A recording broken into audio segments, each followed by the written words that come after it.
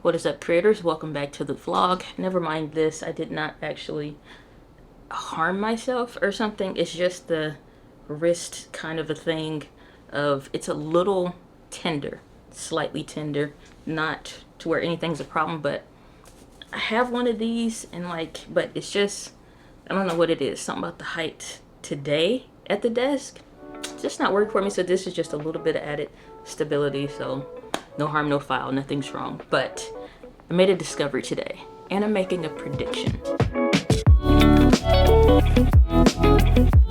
I found this, which is the SD card reader thing that came with my Canon T5i. And most appealing about this is that people will see one of these in one of those everything kits and it is absolute, complete, and total garbage.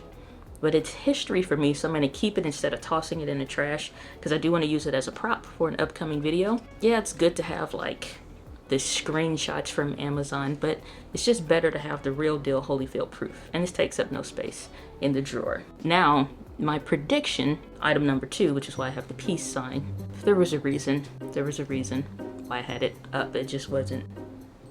Okay.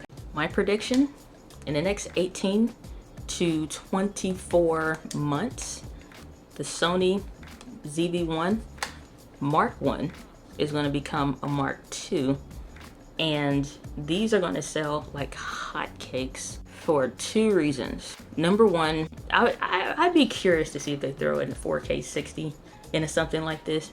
Maybe they tack on a headphone port. The one thing I can see them doing, and the reason why these will sell and people will want to upgrade, because I'm already there right now, is the S&Q mode that you get into any of your other cameras that it gives you the video file. It's still in a photo-based setting. So now if you tweaker, then this works for you. You love having all the individual files to do stuff with. But if you're like me and you're like, I'm not a tweaker, I don't need 1,000 photos, I don't want to deal with that. I want one short little thing. And that's why these are going to sell like hotcakes, because people will upgrade for efficiencies. Mark my words.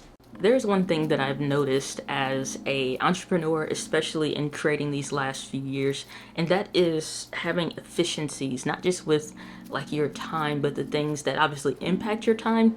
And I think too often when people are looking at what are the things that are feeding and just fueling your time versus those things that are kind of like a withdrawal on the what you're doing, people just honestly, they don't pay attention to the important stuff. Today I put out a YouTube video about the battery being an efficiency thing, not just like a tool, but it's a part of your workflow and your efficiency. And I don't think a lot of people think of like the battery life, the accessories and the stuff that you buy being important to what you're doing. All right, now take this on for size. So case in point, over the last 2 days or so, I've spent 2 hours and 9 minutes replying to YouTube comments. In a bulk amount of time, that seems a lot. I would love to cut that down to 30 and 45 minutes over the process of a couple days, because if I'm looking at that, like that's literally like 2.5 days.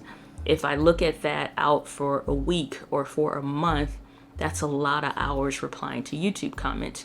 Where if I look at the time blocks, it's in 15-minute increments, 7-minute increments, 30-minute increments. Nothing is excessive of like 60 and 90-minute sessions of replying to comments. And this is over the course of multiple times per day. Instead of me literally deciding to do something else with that time, those are minutes of the day that I could take towards planning another video or fleshing out another video idea. And it doesn't seem like that's a bad thing. It's like, oh, well, YouTube comments is something that you would reply to, but I don't have to give it that much time. And I'm really refining, like, what am I actually doing with the time that I have per day? What is that day consisting of? Now, I'm pretty efficient, but I'm very big on being even more efficient. So when I look at the battery life situation, most people don't understand why would this be a thing. Same thing like replying to YouTube comments. Because as you're going through and you're creating content, if every 1.5 hours or every 2 hours you constantly need to stop and keep swapping the batteries, something is inefficient. That's every time you're getting locked into record, you stop and you're breaking the flow.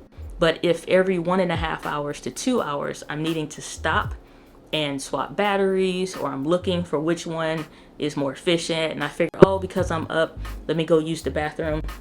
That's a great way to waste your own time. And then you look at like, dag, that time is gone, and it's like, what happened? You know what I'm saying? Like, so that was something that was like really pressing on my mind. And when I look at what work am I doing and I could be more efficient in doing it, that's the same kind of concept that I take when I'm going into this, working for yourself.